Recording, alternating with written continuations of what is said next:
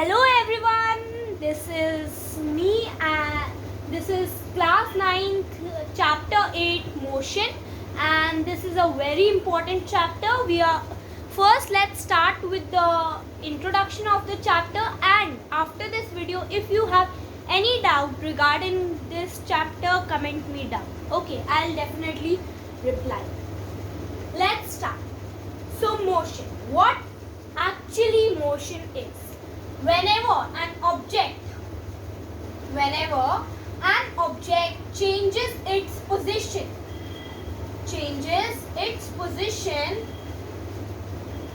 with respect to time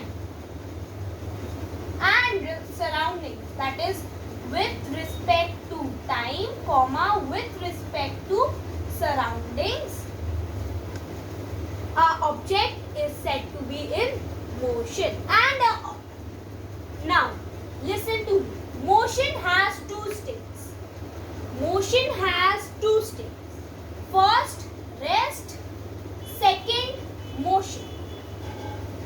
If we talk about rest, object does not changes its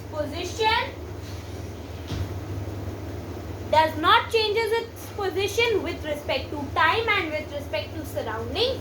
And if we talk about motion, object changes its position with respect to time and with respect to surroundings. Now I told you what is rest and what is motion. Before I go further, I am telling you an example. So suppose there are three friends. Okay, I am telling you a difference between rest and motion. So suppose there are three friends. Name them as A, B, C, right? A and B are in a bus. Okay.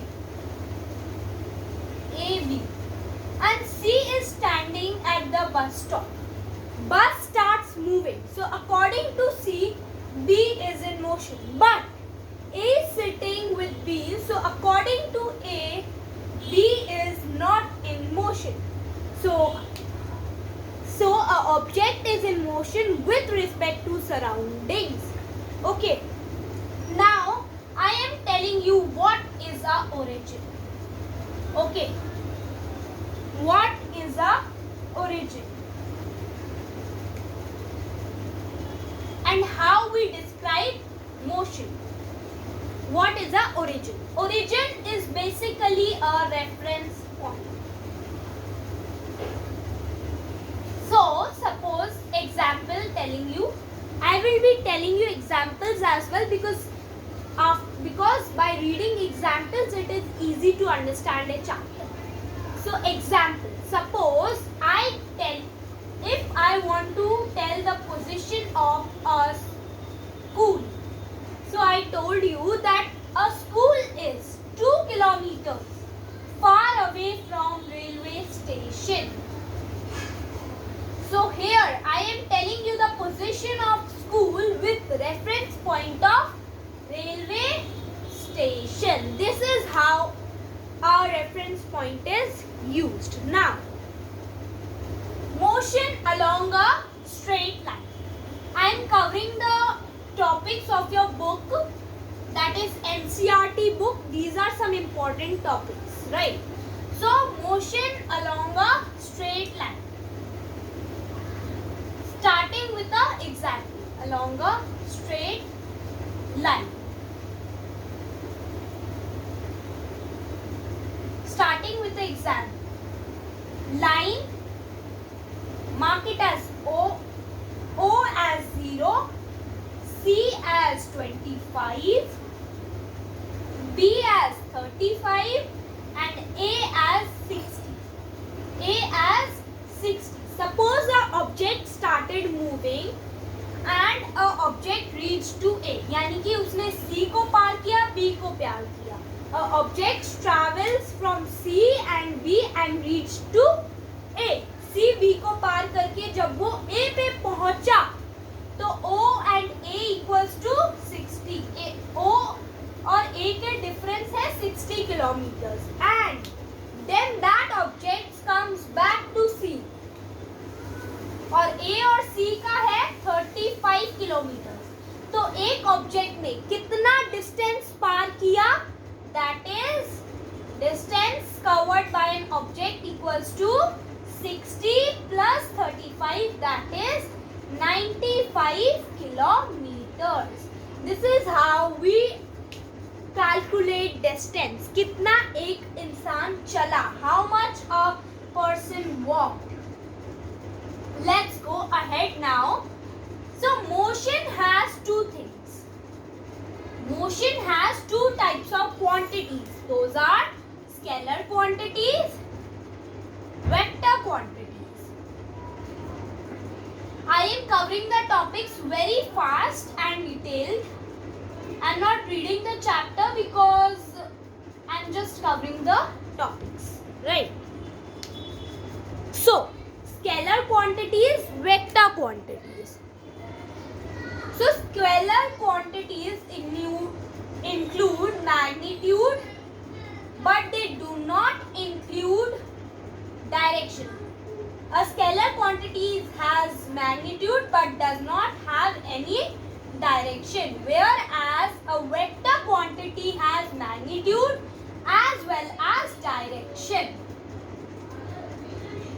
अभी आपको ये समझ नहीं आएगा, मैं इसे थोड़ा briefly detailing में एक्सप्लेन करूंगी तो ये आपको समझ आएगा that what are scalar quantities and what are vector quantities.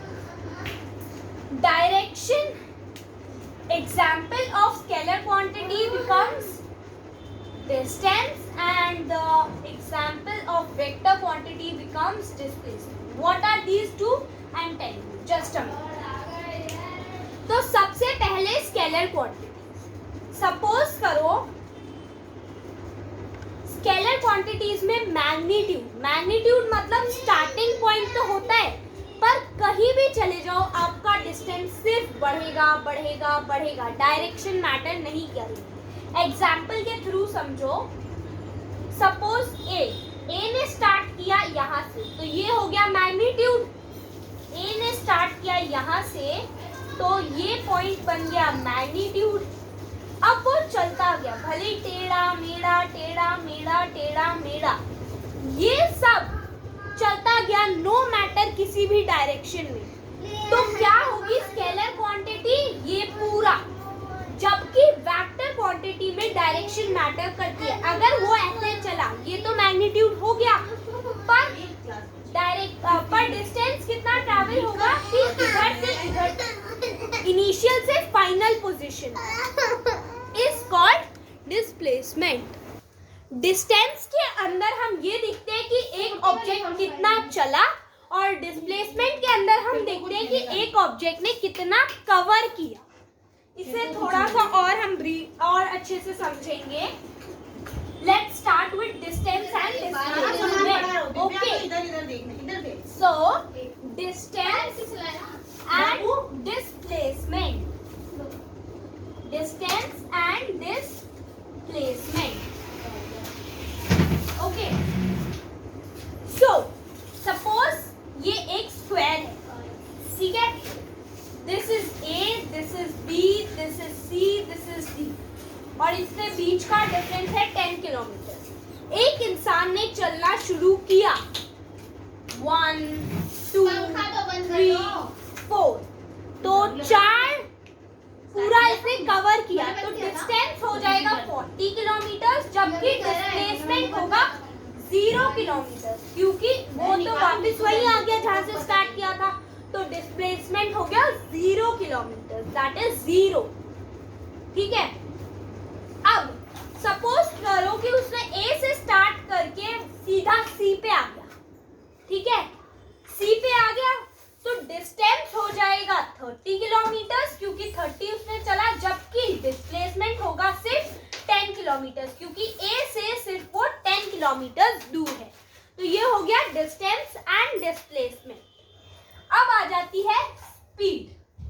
Motion में डिस्टेंस कितना कवर किया, और डिस्टेंस की और डिस्प्लेसमेंट की, डिस्टेंस और डिस्प्लेसमेंट की एसआई यूनिट है एस. अगर हमें कभी भी डिस्टेंस या डिस्प्लेसमेंट को छोटा करके लिखना है तो हम लिखेंगे एस. ठीक है. अब हम आ जाते हैं स्पीड पे.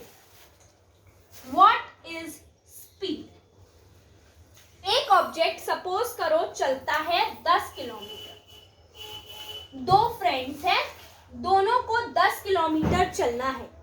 एक ने कवर किया इसे 5 मिनट में और एक ने कवर किया इसे 6 मिनट में। तो देखने के हिसाब से किसकी स्पीड ज्यादा तेज है? जिसने 5 मिनट में कवर किया है ना? तो मतलब जितना कम टाइम उतनी ज्यादा स्पीड। ठीक है, अब हम आ जाते हैं स्पीड पे। स्पीड को अब मैंने बता दिया स्पीड क्या होता है, अब स्पीड के पार्ट्स पे। ओके, तो डिस्टेंस और डिस्प्लेसमेंट, हम स्पीड को ही कवर अप कर रहे हैं, पर अभी एक बार ये डिस्टेंस और डिस्प्लेसमेंट। तो स्पीड दो तरह की होती है, पहली होती है स्पीड और दूसरी होती है वेलोसिटी। स्पीड को हम दो तरह से नेम करते हैं। अगर डिस्प्लेसमेंट के अंदर स्पीड है तो उसे हम वेलोसिटी बोलेंगे, और डिस्टेंस के अंदर स्पीड है तो हम उसे स्पीड ही बोलेंगे। अगर हमें स्पीड निकालनी है डिस्टेंस वाली, तो हम निकालेंगे स्पीड इक्वल्स टू, स्पीड को हम बोलेंगे distance upon time, total distance covered upon total time. जबकि अगर हमें वेलोसिटी निकालनी है तो हम बोलेंगे, अगर हमें स्पीड ऑफ डिस्प्लेसमेंट निकालनी है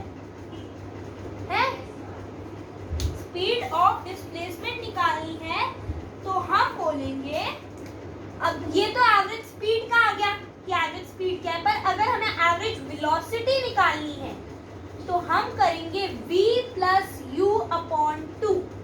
इसका क्या मतलब हुआ? v equals to final position and u equals to initial position. अर्थात मतलब in simple words, if I say I am telling you what is v and u with the example.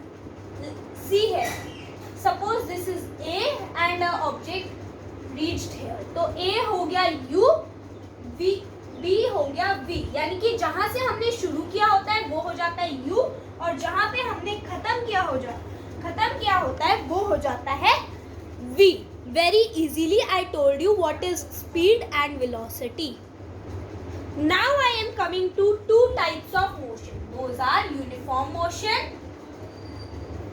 और non-uniform motion. ये आपने पहली classes में भी पढ़ा होगा, 8th में 7th में पढ़ा होगा, but yet I am telling you what is uniform motion and what is non-uniform motion.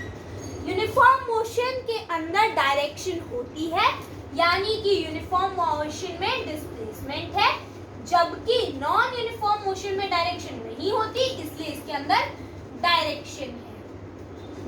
इसके अंदर काउंट होगी वेलोसिटी और इसके अंदर काउंट होगी स्पीड। ठीक है, अब यूनिफॉर्म मोशन क्या होता है, नॉन यूनिफॉर्म मोशन क्या होता है? एक object with respect to time चल रहा है तो उसका मतलब है वो यूनिफॉर्म मोशन है, एंड अगर वो इक्वल इंटरवल्स ऑफ टाइम में इक्वल डिस्टेंस कवर नहीं करता है तो वो non uniform motion. Equal distance in equal intervals of time, in equal intervals of time and उसका हो जाएगा नॉन इक्वल डिस्टेंस, यानी कि non equal distance in equal intervals of time. इसका अगर हमें ग्राफ बनाना है यूनिफॉर्म मोशन का तो ये हो जाएगा स्ट्रेट लाइन ग्राफ, और अगर हमें उसका ग्राफ बनाना है तो टेढ़ा मेढ़ा ऐसा। ठीक है, ये हो गया दो तरह का ग्राफ। अब कमिंग टू एक्सेलरेशन, ठीक है, rate of change of velocity, that is acceleration. मैं एक्सेलरेशन पे आऊं उससे पहले कुछ न्यूमेरिकल्स है, वो इजी से न्यूमेरिकल्स पहले मैं आपको एक दो न्यूमेरिकल्स बता के हम एक्सेलरेशन पे आएंगे कि व्हाट इज एक्सेलरेशन। अब हम कर रहे हैं हाउ टू टेक वेलोसिटी और स्पीड निकालने के कुछ न्यूमेरिकल्स। ठीक है, the odometer of a car reads 2000 kilometre at the start, यानी कि स्टार्ट होते ही उसने किया 2000 किलोमीटर स्टार्ट पे। स्टार्ट मतलब इनिशियल पोजीशन पोजीशन क्या हो गई उसकी 2000 किलोमीटर, दैट इज यू, और फाइनल पोजीशन कितनी है and 2400 kilometre at the end of the trip, यानी कि अब कितनी हो गई उसकी पोजीशन, फाइनल पोजीशन हो गई 2400 किलोमीटर। इस तरह से हमें फिगर आउट करना होता है। If trip took 8 hours, calculate the average speed of car in kilometre per hour and metre per second. Okay, so listen, अगर टाइम कितना दिया हुआ है 8 hours और अब हमें निकालना है एवरेज स्पीड, तो क्या फॉर्मूला बताया था मैंने आपको, v माइनस यू अपॉन में t, तो हमारे पास टोटल डिस्टेंस आ जाएगा, दैट इज 2400 माइनस 2000 अपॉन में 8, ठीक है, और जो हो गया 400 अपॉन 8, दैट इज 1 पे 50 किलोमीटर पर आवर। तो एवरेज स्पीड कितनी हो गई 50 किलोमीटर पर आवर। ये तो हो गया, हमारे पास आंसर भी आ गया। अब बात आ जाते हैं what is SI unit. SI unit यानी कि स्टैंडर्ड यूनिट। अगर हम डिस्टेंस की स्टैंडर्ड यूनिट की बात करें तो वो होती है वो होती है m, ठीक है। अगर हम स्पीड की बात करें यानी कि डिस्टेंस हमेशा मीटर में आएगा, स्पीड हमेशा मीटर पर सेकंड में आएगी, this is metre per second, ठीक है, और वेलोसिटी भी मीटर पर सेकंड, और डिस्टेंस हमेशा और डिस्प्लेसमेंट भी मीटर में ही आएगा, ठीक है। अब गोइंग अहेड, ठीक है, डिस्टेंस डिस्प्लेसमेंट की SI यूनिट्स भी बता दी मैंने। लास्ट सम जो था, अब इन्होंने बोला कि हमने 50 किलोमीटर पर आवर, ये जो मैंने अभी आपको न्यूमेरिकल कराया था उसका आंसर 50 किलोमीटर पर आवर में आएगा, पर हम जानते हैं कि वेलोसिटी को हमेशा मीटर पर सेकंड में निकालना होता है। तो हम क्या करेंगे, जब भी हमें मीटर पर सेकंड में करना हो किलोमीटर पर आवर को, तो हम क्या करेंगे इनटू 1000, क्योंकि 1 मीटर हैज 1000 किलोमीटर और 1 our has 60 into 60 seconds, that is 36,000 seconds। तो मैं इसे 60 into 60 करके लिख देती हूँ, ये गया, ये कट, तो आंसर हमारे पास आ गया 13.9 मीटर पर सेकंड। पहले हमने किलोमीटर पर आवर में निकाला था, इसे चेंज किया मीटर पर सेकंड के अंदर, क्योंकि ये SI यूनिट है। अब आज के लिए इतना ही। Thanks for watching. Please like, share, subscribe. Like, share, subscribe. कोई भी डाउट हो comment me down. And for more videos, subscribe and press the bell icon. Thanks for watching.